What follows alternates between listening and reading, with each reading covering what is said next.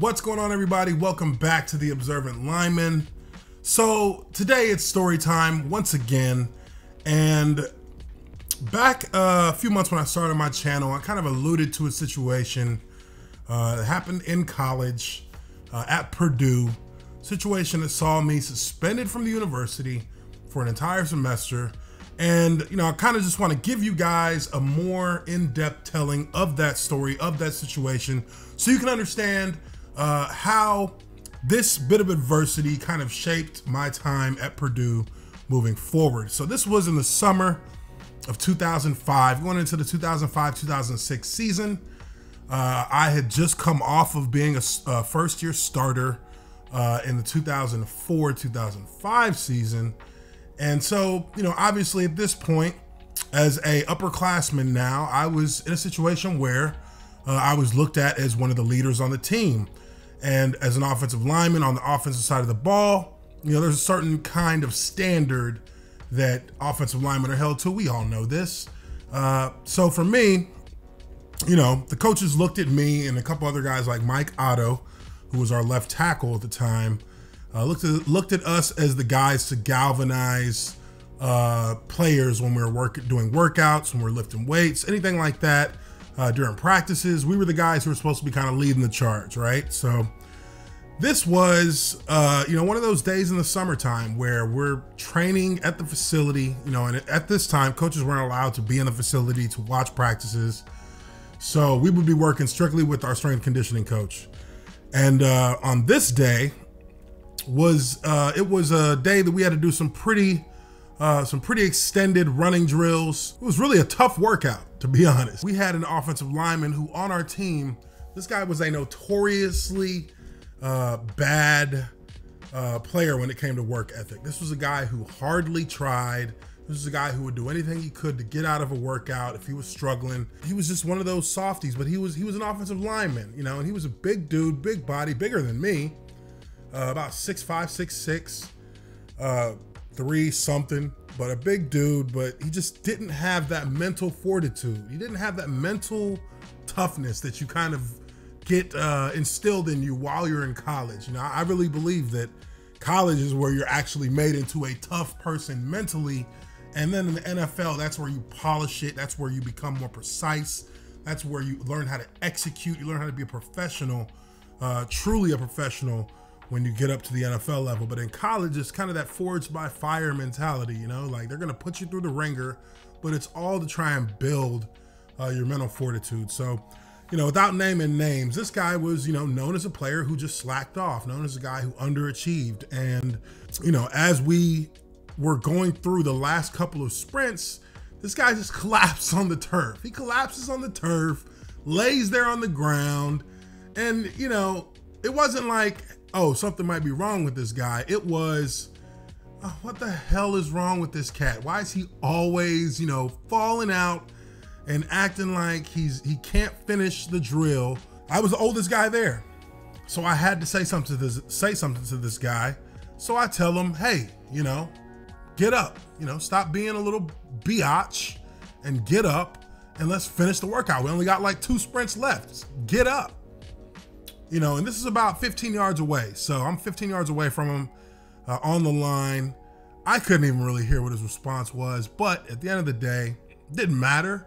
He was just showing his cards to everybody that he was just not a guy who could handle any kind of pressure whatsoever. So moving forward, we finished the workout. I'm walking to these doors to exit, and he comes out of nowhere just yelling and raving and screaming and talking all this mess about how I'm this, I'm that.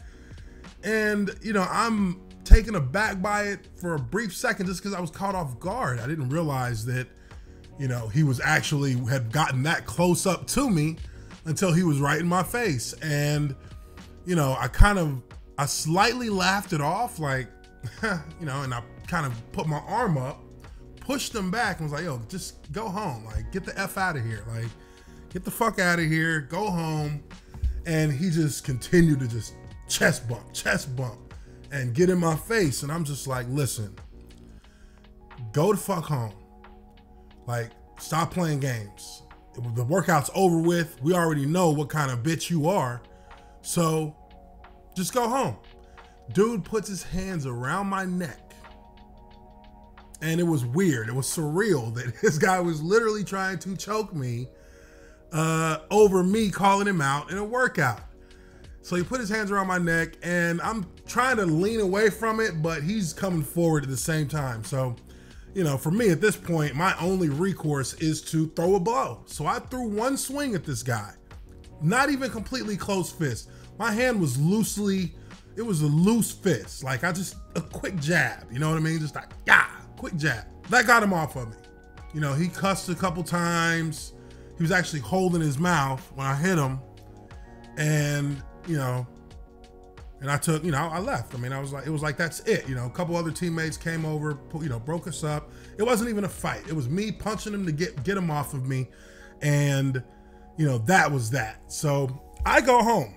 I didn't think another thing about it. You know, this is something that happens in football. Fights happen. So I get back to my apartment where me and a few of my teammates lived at the time.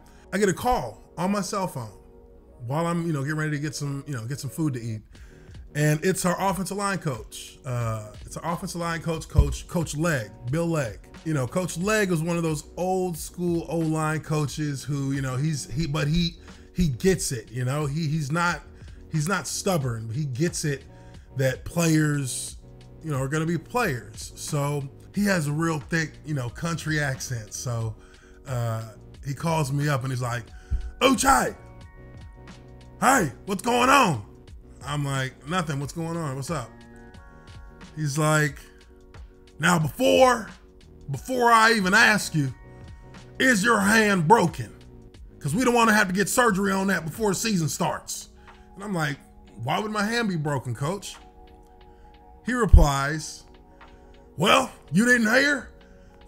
You broke such and such's jaw on both sides. He's got fractures on both sides of his jaw.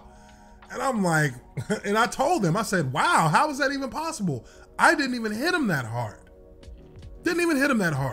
So, you know, he replies to me, he says, hey, I don't know, but apparently his parents want to press charges, so you may be getting a visit from the police. Don't argue with them, just go with them. I don't think that it's gonna be a serious situation, but we just want to make sure that you're all right so we don't have to get surgery before the season.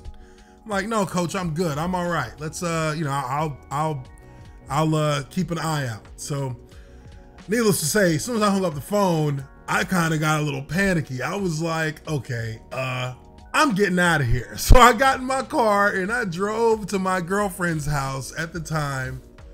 And, you know, I stayed the night over there. I didn't leave her apartment. We stayed in, you know, I kind of was like, on the run somewhat, right? So, one of my teammates, he also played in the league as well, Bernard Pollard. You guys probably know him. Bernard Pollard calls me because they live right next to where I stayed. We all stayed in the same apartment building. Bernard calls my phone. He's like, Uche, man, what's going on? I said, what? Well, what's up? What's up? He says, man, police was over here looking for you. They came knocking on our door asking if we seen you. We said, we don't know where you live. And so, you know, he looked out and was like, hey man, be careful. They looking for you. And I'm like, damn. So, you know, I'm gonna go ahead and go back to my place. If they were looking for me early in the morning like that, they're probably, you know, gonna wait till later on. Let me just, you know, go back to the house and I'll talk to them if they want to talk to me. I don't have a problem with that. I don't feel like I did anything wrong. It was just a simple fact that I had cops coming after me. So get back to my place, and it was so weird. As soon as I got to my spot, this car comes out of nowhere and pulls up right behind me. 2 police officers. They're not even, you know, and they weren't police officers in uniform. These were detectives. Like they were in just regular, casual dressy clothing, female and a male. So I get out of my car, you know, and they just come up and say hi. They're cordial enough. And they just ask me what happened with the situation with the player. And you know, I told them exactly what happened. I didn't hold anything back. I told them there were plenty of people who saw it, plenty of witnesses, you know, I have nothing to hide. So these officers, who by the way were some of the scummiest officers, they asked me to come with them to the police department just to, give them a statement. I wasn't under arrest. They just wanted me to come and give a statement at the station. So I followed them. I didn't even have to ride with them. I followed them in my car, went to the station. They sat me in an interrogation room for like an hour before they even came in to talk to me. And at that point, I already knew that that something was fishy. Something was definitely up. These guys come into the interrogation room. The lady sits next to me on my right, and the other cop, who was this big, I guess it's supposed to be good cop, bad cop. He's like almost as tall as me.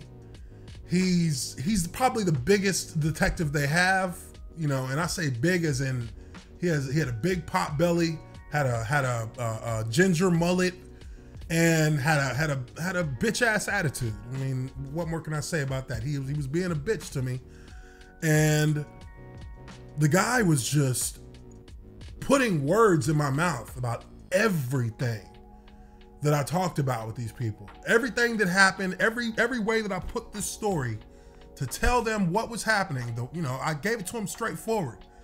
And this guy kept assuming and kept trying to draw conclusions immediately. He started talking about how I'd never liked the guy and how I was looking to, be the tough guy out there. And he was telling me that I was going to jail, that they were going to press charges, and I was going to be, they were going to put some felonies on me, and I was going to jail. This was what he kept trying to kind of put in my mind, was that I had done wrong, that I wasn't defending myself, that I attacked this guy.